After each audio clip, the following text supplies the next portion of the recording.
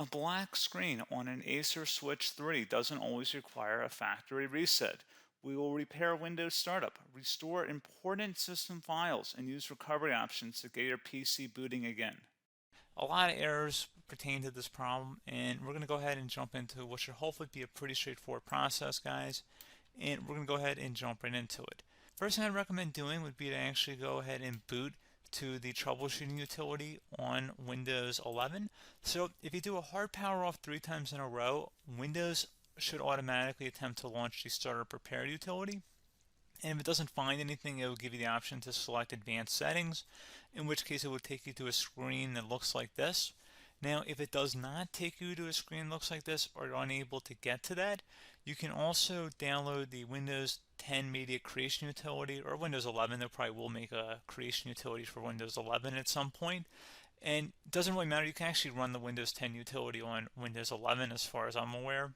And you should be able to run the troubleshooting utilities built in within it. So you just would go ahead and download it to an ISO file and then burn it to a DVD or USB. It'd have to be about 4 gigabytes or more. It couldn't be a small USB flash drive, and it couldn't be a CD. It'd have to be a DVD. And then you boot your computer from it.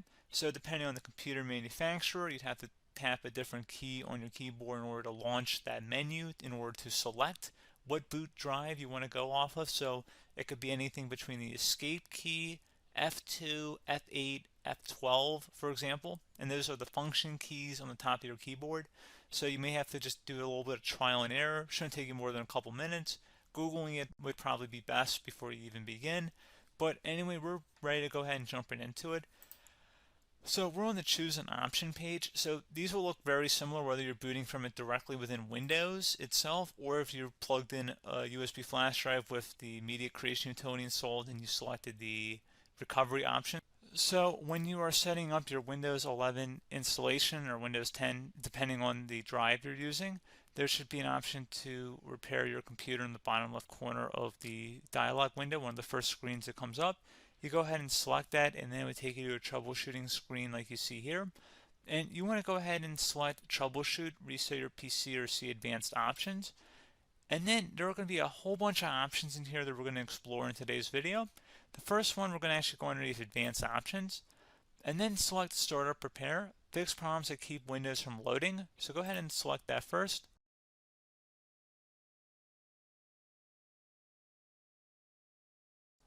Okay, so you can see it could now repair our PC. That was our first option we could try. Something else, if we go back into advanced options here and then select troubleshoot, we're going to go underneath advanced options again. You can go ahead and actually access safe mode by selecting startup settings. And then if you select the restart button, you have the option on the screen select safe mode with networking, which will give you a key on the screen. It'll tell you which key to press to enter that. I believe it's the F7 key. It'll do that for you. I'm not going to go over that in today's tutorial because I don't really want to go into safe mode, but you're more than welcome to attempt that by going into here and then selecting restart. Again, it'll launch another screen. It'll say what key do you want to press, and it'll give you like 7 or 8 different options, and you want to select safe mode with networking. There's also an option for a command prompt too, but that's going to be something we're going to cover later in this video, and we don't even have to go through that in order to access it. So that's why I'm not going to really push for that, because unless you know exactly what's causing the problem, you probably don't need to go into safe mode.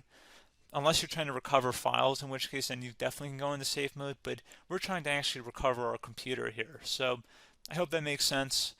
Something else we can also try here as well would be to uninstall updates, remove recently installed quality or feature updates from Windows. So if you go ahead and select that, you can uninstall the latest quality updates, which generally is the more day-to-day updates. Feature updates are the less regularly released ones, like the big ones. I would equate it to service packs in like Windows 7 and Windows Vista and Windows XP. So larger updates that occur once or twice a year at most. And the quality updates are more just a regular update. So probably obviously depend, it'll take longer if you're going to try and uninstall the latest feature update versus quality update. And maybe you don't need to go back that far. So just giving you guys a couple of pointers with that. Something else you can also look at here, and we're going to jump into the command prompt in a little bit, but you can select System Restore, which will use a restore point recorded on your PC to restore Windows. And this is something I would highly recommend here, guys. So select Next. Assuming you have a restore point saved on your computer, you go ahead and select the most recently created one, and you'll select next, and then you'll select the drive. You shouldn't actually have to select the drive. You can scan for affected programs, but we're going to keep it all default here, and then we're going to select finish. So once started, system restore cannot be interrupted. Do you want to continue? I think we're going to select yes. I don't think we have anything better to do on our computer right now, so just give it a moment here to initialize. It will take a couple minutes to run, obviously depending on how large your hard drive is and how much is saved on the system restore point. So just give it a couple minutes here.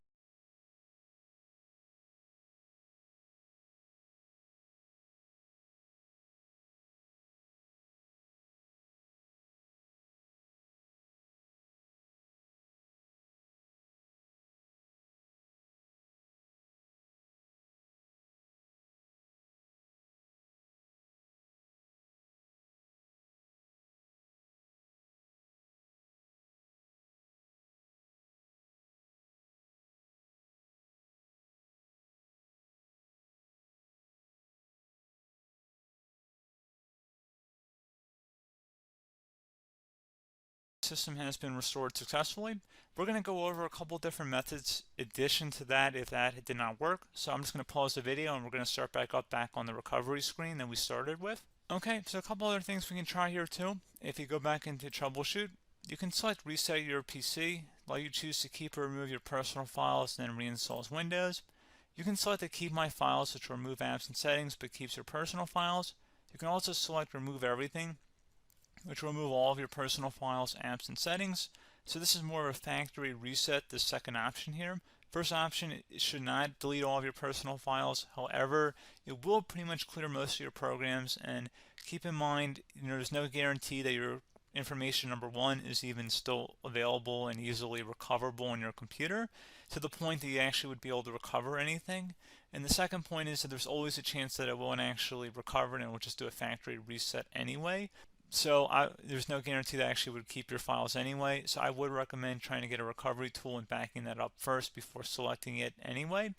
But again, those are a couple different options. And then something else you can try here, if you go back to the choose an option. Another option, if you go underneath choose an option and select troubleshoot, advanced options, and now select where it says command prompt. Okay, so the first thing we should do is type our main hard drive here. In most cases, it should be the C drive. So you just do a C colon and then hit enter on your keyboard.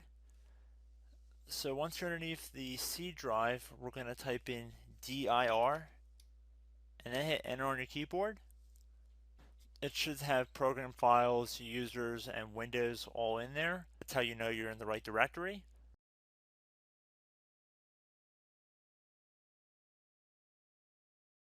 In some cases, it might be the D drive as well, so just keep that in mind.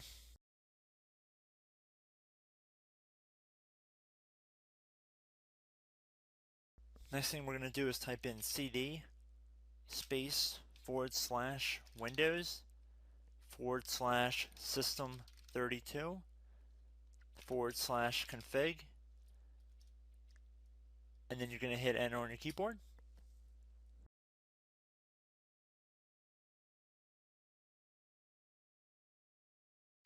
So now you're going to type md space backup. If you've seen other tutorials, it might also say to put down md backup. That's because the backup name is pretty common when you want to back something up. So you can name this whatever you want, doesn't have to be backup. So if you've already made a backup folder in the past, you could do backup 1, for example. So once you're done setting the name you want the backup to be called, hit enter on your keyboard again.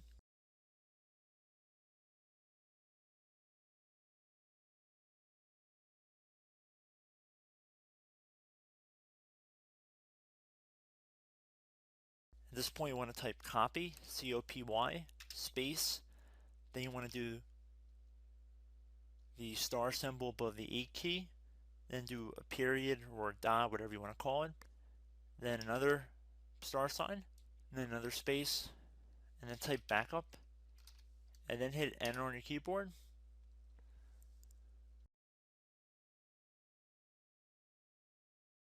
Now you want to type cd reg back, reg BACK, and then hit enter on your keyboard. So now that we are under the reg back, so now you want to type dir again, and then hit enter.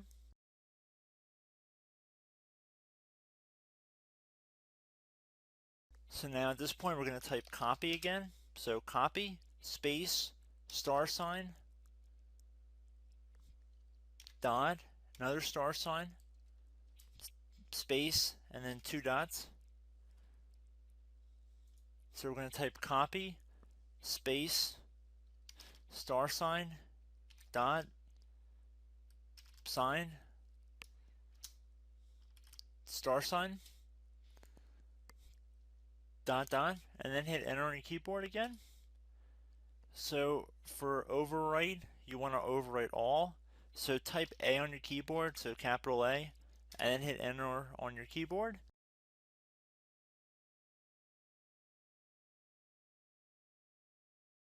So at this point, you should be good to go. You can close out of the command prompt window, and if you accidentally continue to Windows 10, you should be all set.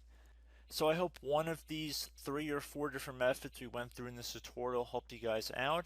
Again, I'm not sure if you guys heard me earlier, but try to go back into your safe mode if possible and uninstall any programs you know might be conflicting with the Windows startup if you can get into safe mode. So just keep that in mind. Something very simple like that could be blocking up everything. So again, I hope this tutorial helped you guys out, and I will catch you in the next tutorial. Goodbye.